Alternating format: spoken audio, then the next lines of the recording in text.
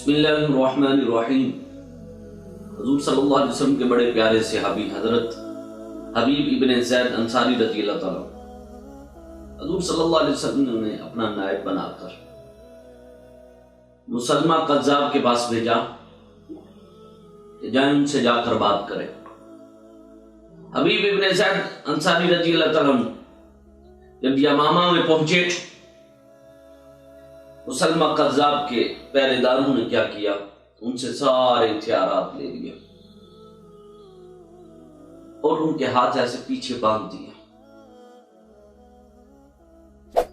حضرت حبیب رضی اللہ تعالیٰ لے کر مسلمہ قذاب کے سامنے،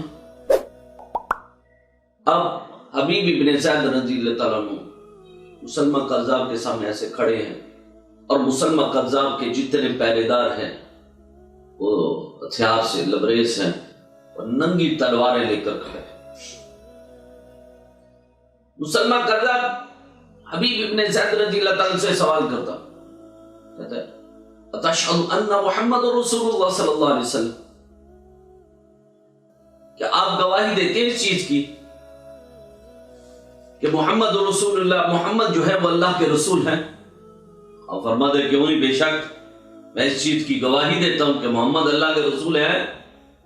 میں تو یہ ڈھنکے کی چوٹ پہ کہتا ہوں، میرے جسم کا لون لون کہتا ہے کہ محمد اللہ کے رسول ہے۔ پلٹ کر اس نے دوسرا سوال کیا، اس نے کہا اتشہد انی رسول اللہ صلی اللہ علیہ وسلم، کیا اب یہ بھی تسلیم کرتے کہ میں بھی اللہ کا رسول ہوں؟ اب نے چیڑا مانا، کیا ہوا؟ ادھر منہ کر لیا، کیا ہوا؟ جواب کیوں نہیں دیتے؟ حبیب ابن زید انصاری رضی اللہ تعالیٰ بول پڑے، آپ نے فرمایا تو کہتا ہے ماننا تو بڑی دور کی بات ہے، یہ بات سننا تو میرے کان بھی گوارا نہیں کرتے، تسلیم بھی نہیں کرتے اس بات کو، سننے سے عاجز ہیں، ماننا تو بڑی دور کی بات ہے۔ بس ہمارے نزدیک خاتم النبیین حضرت محمد مصطفیٰ صلی اللہ علیہ وسلم کے بعد کوئی نبی نہیں ہے۔ اللہ اکبر۔ اس ظالم نے کیا کیا؟ حضرت حبیب کے ہاتھ کٹا دیا۔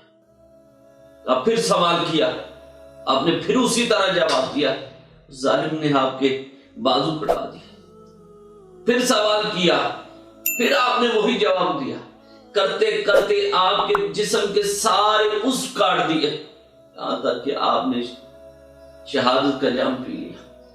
اللہ اکبر۔ ان صحابی نے یہ پیغام چھوڑ کر گئے تھے کہ سنو، اگر ختم نبوت پر کوئی بات آ جائے تو یہ ذہن میں رکھو، جان جاتی ہے جائے لیکن ایمان نہ جائے۔ یعنی ختم نبوت پر آنچ نہیں آنی چاہیے، اگر جسم کے ٹکڑے بھی ہو جائیں تو پھر بھی ختم نبوت سے نہ ہٹنا۔ اللہ اکبر۔ یہ سب سے بڑا پیغام ہے ہمارے لیے، یہ بڑا حساس معاملہ ہے ختم نبوت کا۔ خود بھی اور اپنے بچوں کو بھی اس چیز کی تبلیغ کریں تاکہ آپ کے بچوں کو پتا چلے کہ خاتم النبیین کون ہے۔ نہیں، ہمارے آقا خاتم النبیین، ان کے بعد کوئی نبی نہیں۔ اگر کوئی دعویٰ کرتا تو وہ جھوٹا قذاب ہے، صرف سچے تو میرے آقا ہے۔